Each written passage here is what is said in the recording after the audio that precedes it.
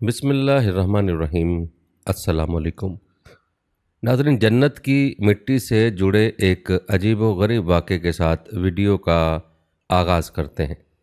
कहते एक छोटे से गांव में एक नेक और बुज़ुर्ग शख्स रहता था। उसके 3 बेटे थे। गांव वाले उस बुज़ुर्ग को बहुत इज़्ज़त देते क्योंकि वो न सिर्फ इल्म व इबादत वाले थे बल्कि अपने बच्चों की अच्छी तरबियत पर भी ख़ास तवज्जो देते। एक दिन शाम के वक्त जब सूरज ढल रहा था और घर के सहन में ठंडी हवा चल रही थी, बुजुर्ग ने अपने तीनों बेटों को पास बुलाया। उनके चेहरे पर एक खास संजीदगी थी। उसने नरमी से कहा, बेटा, मेरा दिल चाहता है कि अपने घर को जन्नत जैसा बनाएं और इसके लिए हमें जन्नत की मिट्टी चाहिए।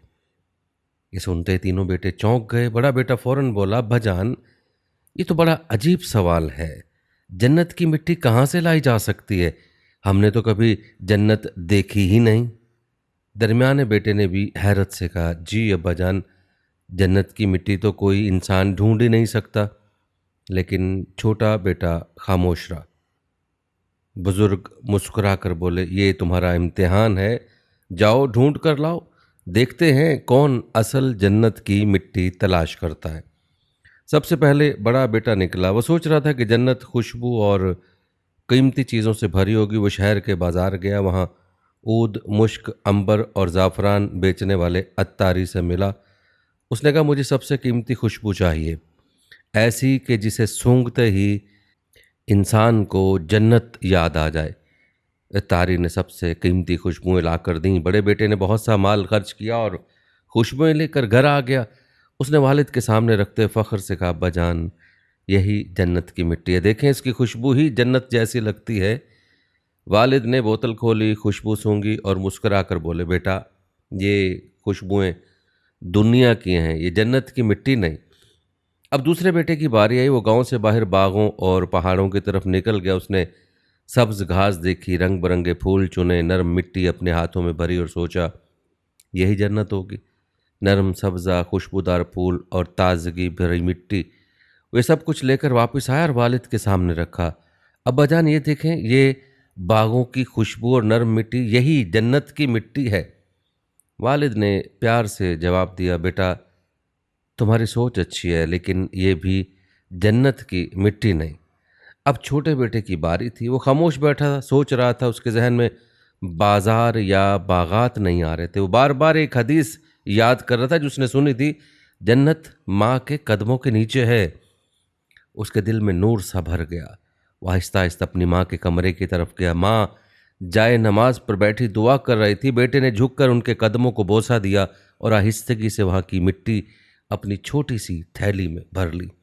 फिर वो बड़े अदब के साथ वालिद के पास और कहा, अब्बाजान, ये है जन्नत की मिट्टी, क्योंकि रसूलुल्लाह सल्लल्लाहु अलैहि वसल्लम ने फरमाया कि जन्नत माँ के कदमों के नीचे है। ये सुनकर बुजुर्ग वालिद की आंखों से आंसू बहने लगे।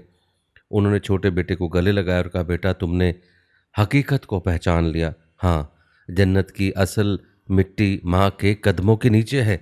जिसने माँ की खिदमत की उसने गोया जन्नत हासिल कर ली। बाकी दोनों बेटे शर्मिंदगी से सर झुका के बैठे थे। वो समझ गए कि उन्होंने दुनियावी चीज़ों को जन्नत समझ लिया, जबकि असल जन्नत तो घर के अंदर ही थी, यानी माँ के कदमों में। नाज़रीन, ये कहानी हमें ये अजीम सबक देती है कि जन्नत हासिल करने के लिए ना तो बाज़ारों की कीमती खुशबुओं की ज़रूरत है और ना ही पहाड़ों की नरम और नाजुक मिट्टी की। असल जन्नत तो माँ की खिदमत और उसकी दुआओं में छुपी है। दुनिया के सबसे बड़े महल्लात, सबसे हसीन बागात और सबसे बेशकीमत जवाहरात भी इस मिट्टी के बराबर नहीं हो सकते जो माँ के कदमों के नीचे बिछाई गई है। जब बच्चा माँ के कदमों से लिपटता है, उसकी खिदमत करता है, उसकी दुआएं लेता है, तो गोया वो जन्नत की तरफ कदम बढ़ा रहा होता है, क्योंकि माँ की ज़ुबान से निकली हुई एक दुआ दुनिया के हज़ारों कलों से ज़्यादा मजबूत है। माँ की आंख से निकला हुआ एक आंसू अल्लाह के अर्श को हिला देता है और माँ की खुशनुदी अल्लाह की खुशनुदी का दरवाज़ा है। ये हकीकत है कि जब माँ राज़ी हो जाती है तो अल्लाह ताला भी अपने बंदे से राज़ी हो जाता है, और जब अल्लाह राज़ी हो जाए तो फिर जन्नत उस इंसान का मुकद्दर बन जाती है। लिहाजा जन्नत की तलाश किसी दूर दराज सरजमीन में नहीं, बल्कि माँ की खिदमत और उसकी मुस्कुराहट में है। जो शख्स ये राज जान लेता है वो दुनिया और आखिरत दोनों की कामयाबी पा लेता है।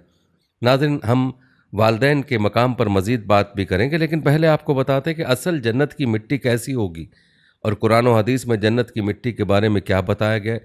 नाज़रीन, अल्लाह ताला ने कुरान मजीद में बारहा जन्नत का जिक्र किया है। अगरचे वहाँ की तफसीलात मुकम्मल तौर पर हमारे सामने नहीं खोली गई, लेकिन इतनी झलक ज़रूर दी गई है कि सुनने वाला जन्नत की खुशबू और सुकून को महसूस कर सके। अल्लाह ताला फरमाता है, जन्नतें हैं जिनके नीचे नहरें बहती हैं, उनमें उनके लिए पाकीज़ा रोज़ी है और उनमें वो हमेशा रहेंगे। सूरह मोहम्मद में नाज़नी आयत हमें बताती है कि जन्नत की ज़मीन और मिट्टी दुनिया की तरह खुश्क, बेरौनकी और सख्त नहीं होगी, बल्कि वो बहते हुए चश्मों और पाकीज़ा फ़िज़ाओं से भरी होगी। और रसूलुल्लाह सल्लल्लाहु अलैहि वसल्लम ने जन्नत की मिट्टी का जिक्र अपनी कई अहादीस में फरमाया। जामे तिरमिज़ी में हज़रत अबू हुरैरा रज़ियल्लाहु अन्हु से रिवायत है कि नबी करीम सल्लल्लाहु अलैहि वसल्लम ने फरमाया, जन्नत में एक ईंट सोने की और एक ईंट चांदी की होगी। उसका गारा कस्तूरी का होगा, उसकी कंकरियां मोती और याकूत की होंगी और उसकी मिट्टी ज़ाफ़रान होगी। इस हदीस से हमें मालूम होता है कि जन्नत की मिट्टी आम मिट्टी की तरह गर्द आलूद या बेखुशबू नहीं होगी, बल्कि इसकी खुशबू, रंग और कैफियत ऐसी होगी जो इंसान ने दुनिया में कभी ना देखी होगी। जन्नत की मिट्टी ज़ाफ़रान की होगी और दुनिया में ज़ाफ़रान किस कदर कीमती है ये तो आप बेहतर जानते हैं।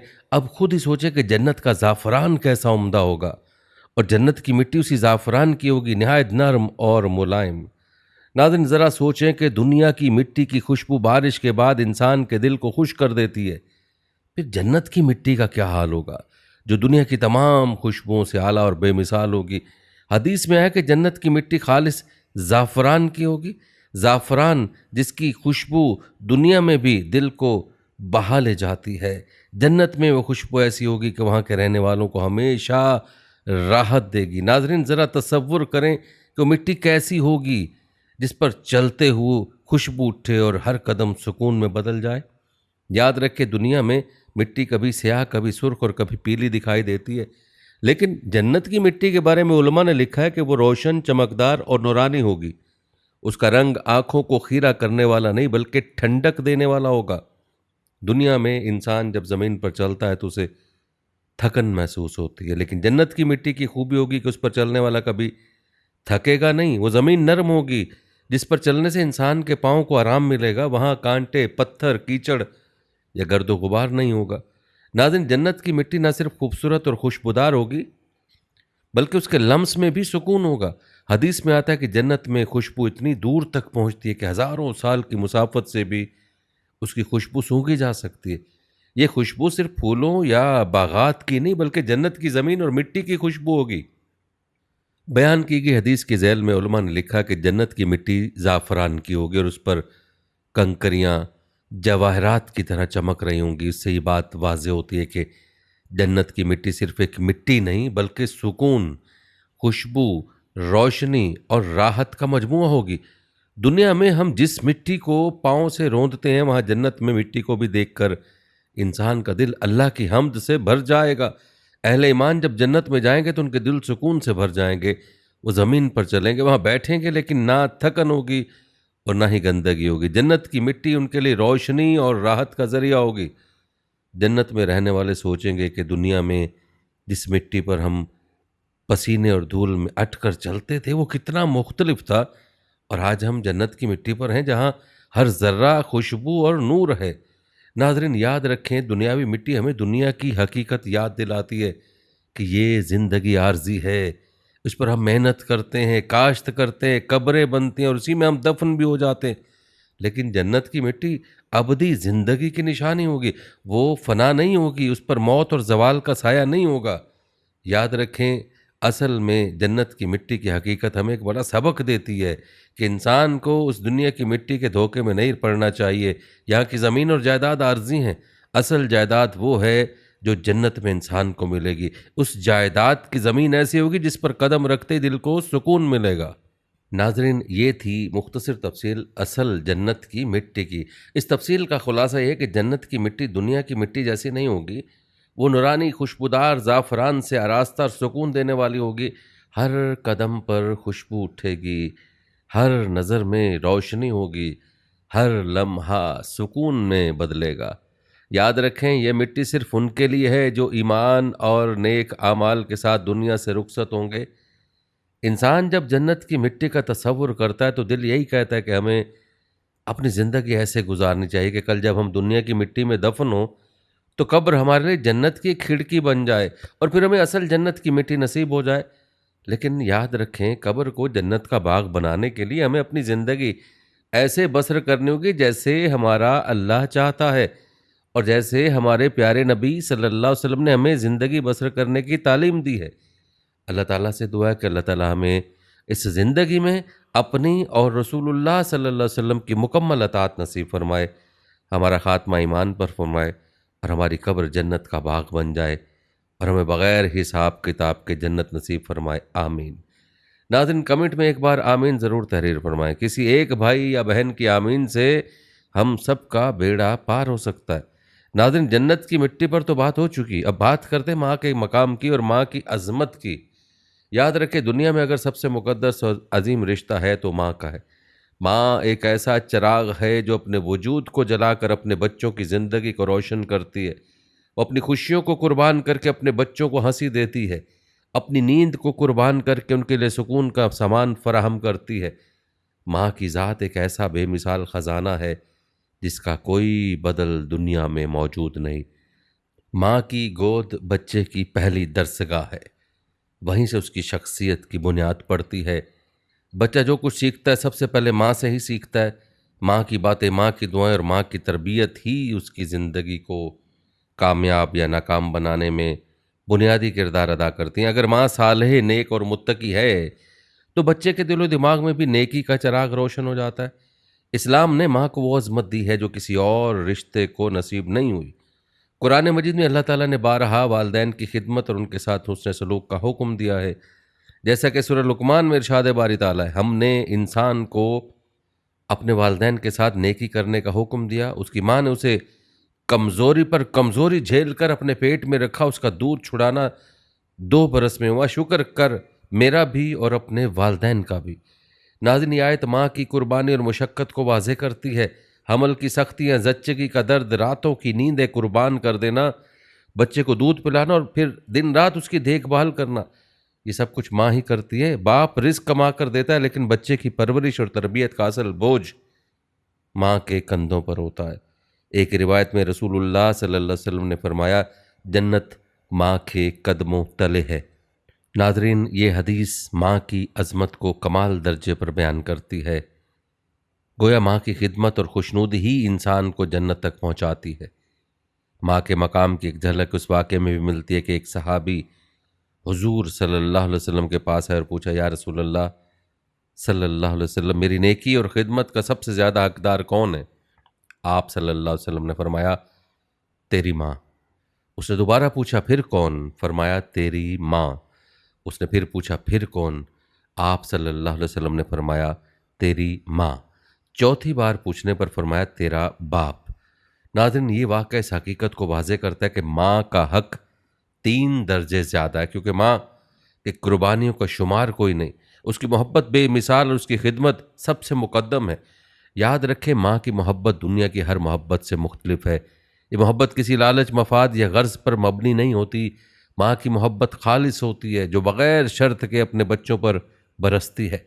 बच्चा चाहे नाफरमान हो, माँ फिर भी उसके लिए दुआ करती है।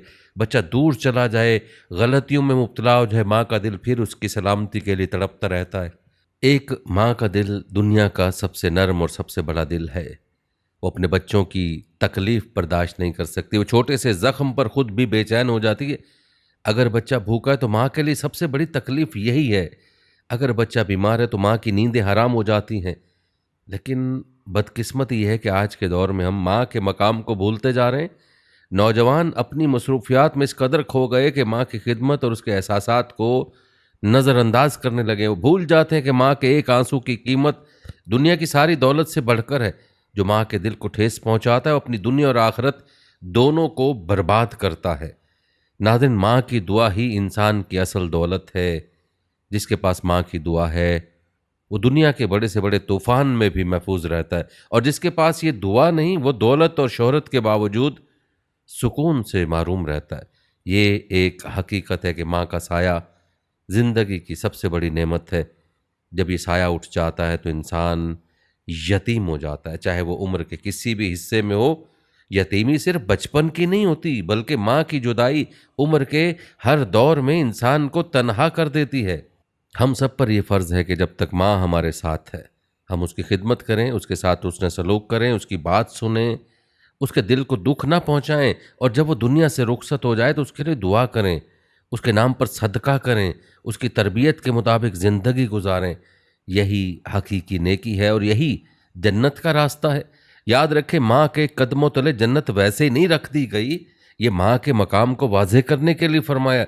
लेकिन अफसोस कि आज के दौर में नौजवान माँ के मकाम से नावाकिफ़ हैं। हालांकि माँ का मकाम बेमिसाल है, वो अल्लाह की सबसे बड़ी नेमत है। माँ की मोहब्बत, खालिस तरीन मोहब्बत और उसकी खिदमत सबसे बड़ी इबादत है।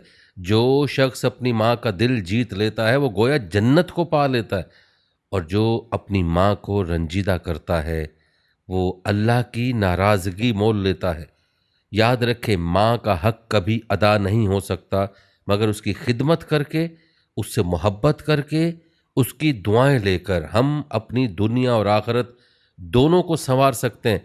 माँ बाप के मकाम पर मज़ीद भी बात करेंगे, लेकिन इससे पहले आपको एक वाक़या सुनाते हैं जो माँ के मकाम के हवाले से। ये कहानी मुलाहिज़ा फरमाएं नाज़रीन, ये कहानी एक पुराने देहात की है। वहाँ एक नेक दिल किसान रहा करता था। किसान का नाम अब्दुल रऊफ़ था। वो मेहनती, ईमानदार और सादा मिजाज इंसान था। उसके 3 बेटे थे, यासिर, आरिफ और सबसे छोटा हमज़ा। अब्दुल रऊफ़ की ज़िंदगी ज़्यादा लंबी ना हुई। एक दिन अचानक वो दुनिया से रुखसत हो गया और बेटों की परवरिश की सारी जिम्मेदारी उनकी माँ पर आ गई। ये माँ बहुत नेक और दुआ गो खातून थी।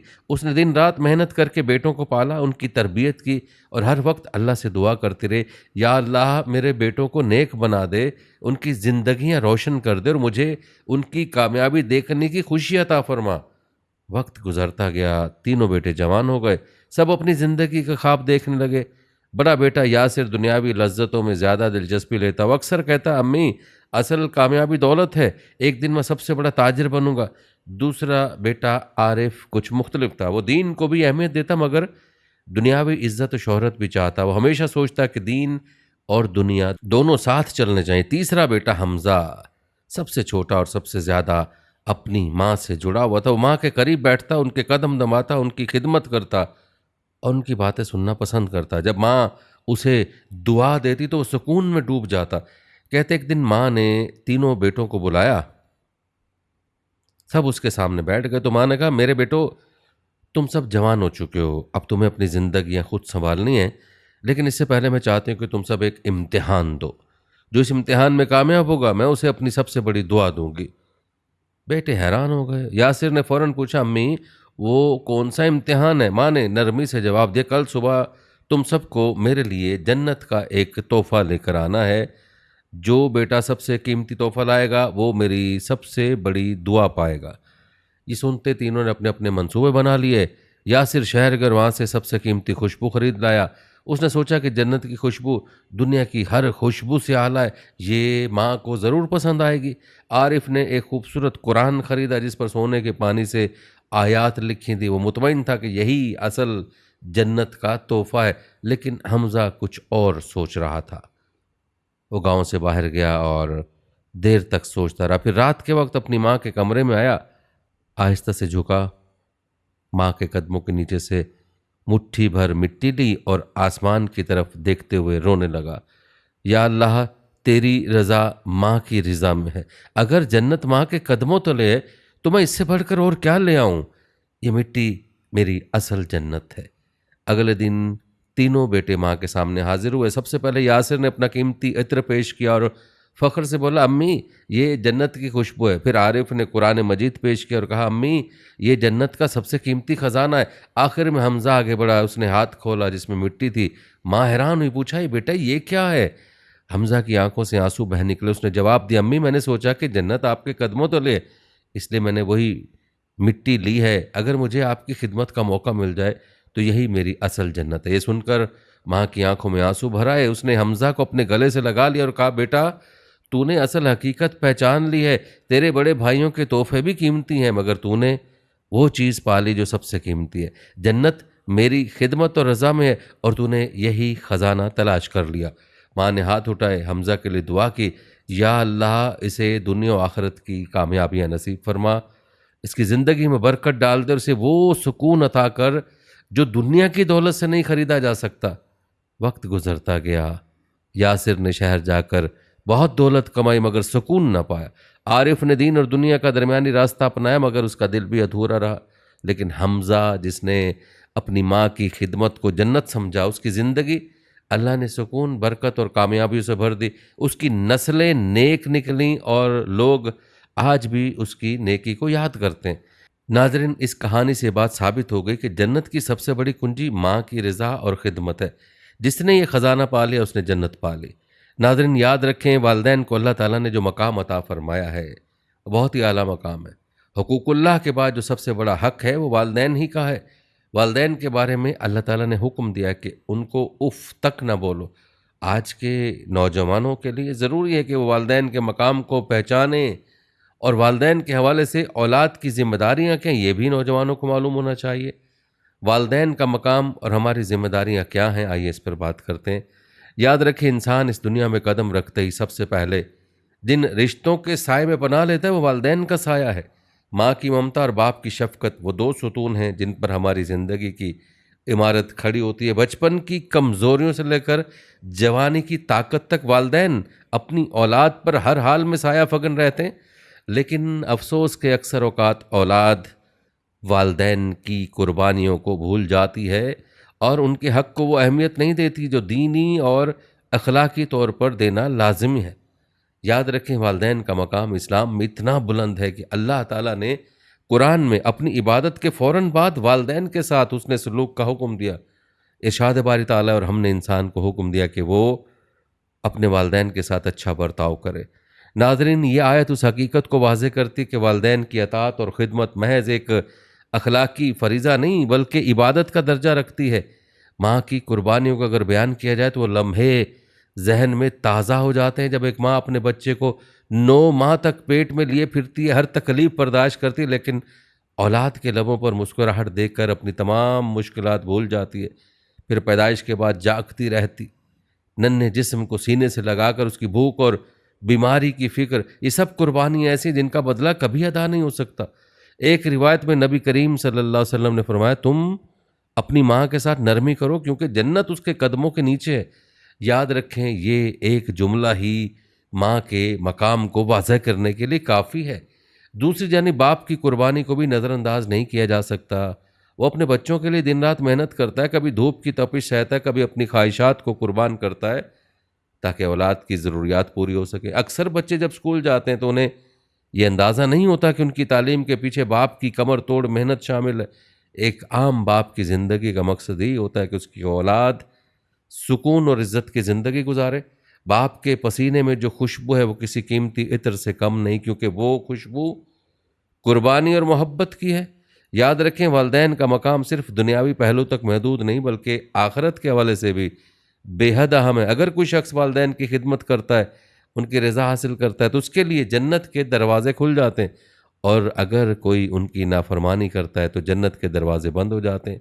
एक रिवायत में नबी करीम सल्लल्लाहु अलैहि वसल्लम ने फरमाया, वालिदैन जन्नत का दरवाज़ा है, चाहे उसे ज़ाया कर दो या उसकी हिफाजत करो। इस फरमान से ज़ाहिर होता है कि वालिदैन के साथ रवैया दरअसल जन्नत या जहन्नुम की समत मुतय्यन करता है। अक्सर लोग ये समझते हैं कि वालिदैन की खिदमत सिर्फ़ उस वक्त ज़रूरी है जब वो बुढ़ापे में हो, हालांकि हकीकत ये है कि वालिदैन को हर वक्त इज़्ज़त और मोहब्बत की ज़रूरत होती है। जवानी में वो हमारी कामयाबी देखकर खुश होते हैं, बचपन में हमारी शरारतों पर मुस्कुरा देते हैं, और बुढ़ापे में औलाद की खिदमत से सुकून पाते हैं। इसलिए ये कर्ज़ कभी ख़त्म नहीं होता। यहाँ तक कि अगर वालिदैन दुनिया से रुखसत हो जाए तब भी उनके हकूक़ बाकी रहते हैं। उनके लिए दुआ करना, उनके नाम पर सदका और खैरात देना और उनके वादों को पूरा करना उनकी खिदमत के हिस्से हैं। याद रखें, वालिदैन का मकाम एक आईना भी है जिसमें हम अपनी आइंदा ज़िंदगी देख सकते हैं। आज अगर कोई शख्स अपने वालिदैन की खिदमत करता है तो कल को उसकी औलाद भी वैसा ही रवैया अपनाएगी। ये ज़िंदगी का वो कानून है जिसे अक्सर लोग नज़रअंदाज कर देते हैं, लेकिन हकीकत यही है कि वालिदैन के साथ उसने सलूक दरअसल अपनी आने वाली नस्ल के साथ हुस्न सलूक की ज़मानत है। और नाज़रीन, ये भी हकीकत है कि कभी वालिदैन के साथ रवैया महज अल्फाज में नहीं बल्कि अमल में ज़ाहिर होता है। एक नरम लहजा, एक मुस्कुराहट, एक छोटा सा तोहफ़ा या सिर्फ उनके साथ बैठ कर बात करना भी वालिदैन के दिल को सुकून पहुँचा देता है। अक्सर औलाद ये सोचते हैं कि वालिदैन को कीमती तोहफ़े या बड़े बड़े कारनामों की ज़रूरत है, हालांकि उनके लिए सबसे बड़ी खुशी है कि उनका बच्चा उनसे मोहब्बत और इज़्ज़त के साथ पेश आए। वालिदैन के मकाम को अगर एक जुमले में समेटा जाए तो कहा जा सकता है कि वो हमारे लिए दुनिया में जन्नत का दरवाज़ा हैं। उनकी खिदमत, उनकी दुआ, उनकी खुशनुदी ही असल कामयाबी है। जो शख्स अपने वालिदैन को खुश रखता है वो दुनिया में सुकून और आखिरत में जन्नत पाता है, और जो उनकी नाफरमानी करता है वो दुनिया में भी बेसुकून और आखिरत में भी महरूम रहता है। अल्लाह ताला से दुआ कि अल्लाह ताला हमें वालिदैन के मकाम को समझने, उनकी सही मानों में कदर करने की तौफीक अता फरमाए। आमीन। नाज़रीन, ये थी हमारी आज की वीडियो। कमेंट सेक्शन में अपनी राय का इजहार ज़रूर करें और बताएं कि आप अगली वीडियो कौन से इस्लामिक टॉपिक पर देखना चाहते हैं। आपकी कीमती राय हमारे लिए बहुत अहमियत रखती है। और जाने से पहले वीडियो को शेयर ज़रूर कीजिएगा। हम उम्मीद करते हैं कि आपको हमारी आज की ये वीडियो ज़रूर पसंद आई होगी। अगर आपको हमारी आज की वीडियो पसंद आई है तो इसको लाइक करें। आखिर में उन लोगों से एक बार फिर दरख्वास्त है कि हमारे चैनल को ज़रूर सब्सक्राइब कर लें जिन्होंने अभी तक हमारा चैनल सब्सक्राइब नहीं किया हुआ। सब्सक्राइब के साथ लगे घंटी के बटन को भी ज़रूर क्लिक करें ताकि आपको हमारे आने वाली मज़ीद वीडियोज़ का नोटिफिकेशन बर वक्त मिलता रहे। अल्लाह ताला आपको अपनी ज़मान में रखे। आमीन।